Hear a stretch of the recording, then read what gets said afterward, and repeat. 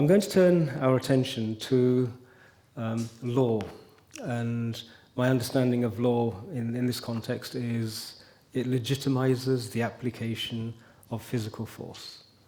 So law is the mechanism whereby we control that capacity to exert violent force. The American Constitution was actually based upon the constitution provided by the indigenous tribes, but there was one item taken out of the indigenous constitution, and that was that the chief, the commander-in-chief, was elected exclusively by the women in the tribe. And they took that little bit out and kept pretty much the vast majority of it. So given the space and the opportunity to cease control and choose a law that you would introduce on the basis of dharmic understandings, I'll ask each of you to mull that over and then perhaps share with us, given the opportunity to enact a law, make a change, what would that item, what would that individual piece of legislation be? Trupti ji, you work with the Hindu Forum of Britain and you're extensively connected with the parliamentarians and giving them loving guidance in a manner in which an Indian mum can do and no one else can do. Would you like to start? Thank you. Thank you, Satish. When we talk about law, you mentioned one thing about like force, or the way I see law is actually upholding one's dharma, upholding one's prakriti or nature.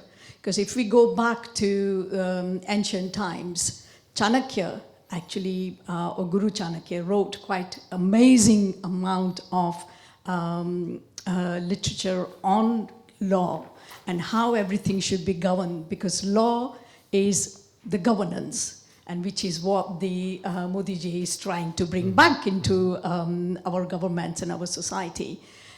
When you talk about the force or law, I just want to, some of you may be aware, but one of the battles that we fought for the last 10 years or so, and we are nearing to result into achieving what we wanted, was the caste clause. And I know lots of people might say that, why do you bring it up? But it was so important.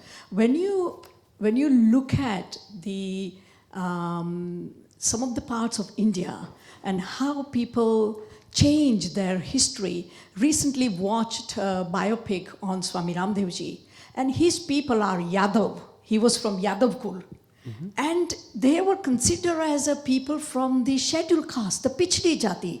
Now how could, when Sri Krishna was born in the Yadav Kul, they were the people who had an amazing amount of system that ran the whole villages and how it was done. And all of a sudden, where did this idea come from? Well, it was the 1911 and the British Raj, and how they divided us into and placed us into different pockets. And that was the caste clause. And how we fought about bringing out that caste clause out of becoming the law itself. It made us aware that our community is not aware of what is this caste issue. Everybody automatically assumes that you are of such and such jati or such and such varna, therefore you are of such and such caste. And the word never existed in our society. So the law of the nature is that if we have no such word as caste that is making us unequal, because our dharma tells us that we are all equal according to our prakriti, according to our gnan, and according to our charitable work that we do, then we don't accept this word caste. And that was a huge battle. We still have to do sort of like a remaining one, but we'll tell you another time. Thank you. Thank you, Didi.